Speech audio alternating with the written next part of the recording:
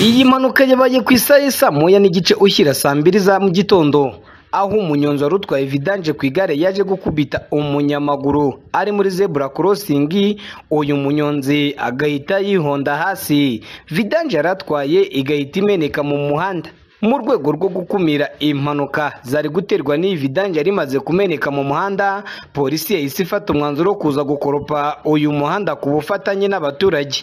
Bamwe mu babonye iyi mpanuka twaganiriye umva uburyo badutangariza icyateye iyi mpanuka, badahwemye kugaragaza ko ari uburangare bw'uwari utwaye iri gare. Mugenzi wanjye ukoze impanuka yampamagaye ati nkoze impanuka hano ku Muhima, ati ngwino ntwaze igare igihe bajyanye kwa muganga. Hagezeyo usanga leta iri irakora bino bikorwa kugira ngo batunganye umuhanda, none rero bamujyanye kwa muganga, none igare naryo bararijyanye maboko ya leta. Ibyo bampaye ni ibingibi. Ariko makuru nari mfashe nuko umunyamaguru yambukaga umuhanda amukwebye aragwa aguyagwira urutugu, ariko ibyo yarahetse nyine ni vidange. Niyo mpamvu ubona zamenetse mu muhanda, kandi vidange buriranyirira yimenetse hari kugwa n'abandi.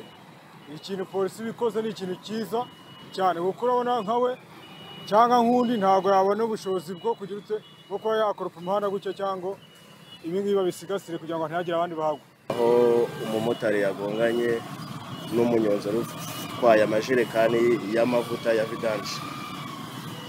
Tukimenya rero polisi batumenyesheje, usanga polisi yahageze nakiri n'imodoka izimya, batangiye kumena ifuro, isabune n'amazi gufatanya nabo gukuraho ayo mavuta yari ari mu muhanda. Vidange ni ikintu cyaturiwe ko ni amavuta yo mu modoka aba yarashaje. Noneho rero kwa gusaza yaravuye mu modoka aba afite umwanda mwinshi, no kunyira ubwayo mavuta asanzwe anyira, noneho aba arimo n'umwanda. Niyo ngo ikintu cyose ikinyabiziga cyose cyakandagiraho cyahita kigwa hasi. Ibibaye se ni umunyegare ugonze umunyamaguru wambukaga muri fepure, ubwo rero akogobotse yikubita hasi n'ibigare byo bimurwa hejuru. Umunyamaguru yasigaye ni muzima yigendeye. Akoropaga ibidange yari afite mu majerekani yari ahetse, nibyo byamenetsemo.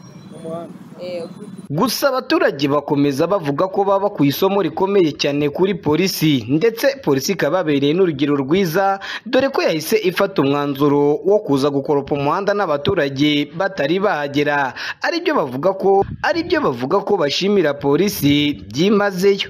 Ubutumwa nayiha ni ubutumwa bwiza cyane, aho bikoze igikorwa cyiza kinashigirwa. Niyo mpamvu polisi y'u Rwanda buriya itandukanye n'iz'ahandi, ari iz'ahandi yenda ntabwo byakagenze gutya, ariko polisi yacu ihora ku isonga.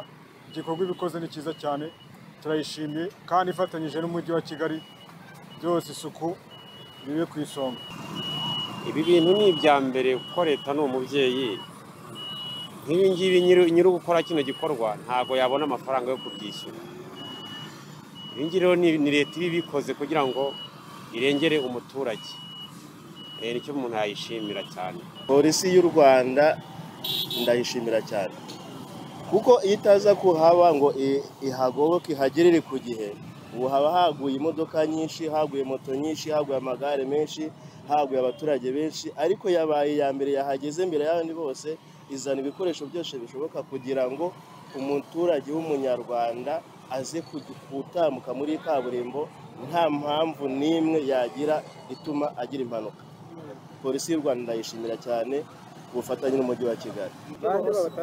Polisi niyo yabanje gukoropa, byashimishije cyane. Byagushimishije?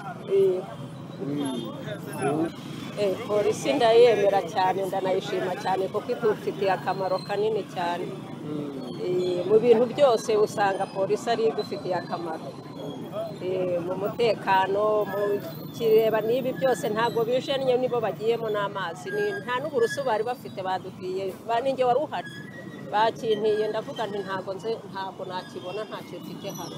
Ubwo twavaga ahabereye impanuka, ibikorwa byo gukoropa uyu muhanda byari bigikomeje, yaba abaturage ndetse na polisi bari bagikomeje gufatikanya mu gukoropa iyi vidange kugira ngo ibe yabasha gushira muri uyu muhanda. Ibyo bavuga ko batunguwe no kubona polisi ifata umwanzuro wo gukoropa umuhanda, ibi bikaba byabaye urugero rwiza ku baturage. Pierre Imanishimwe, B+ TV. i Kigali.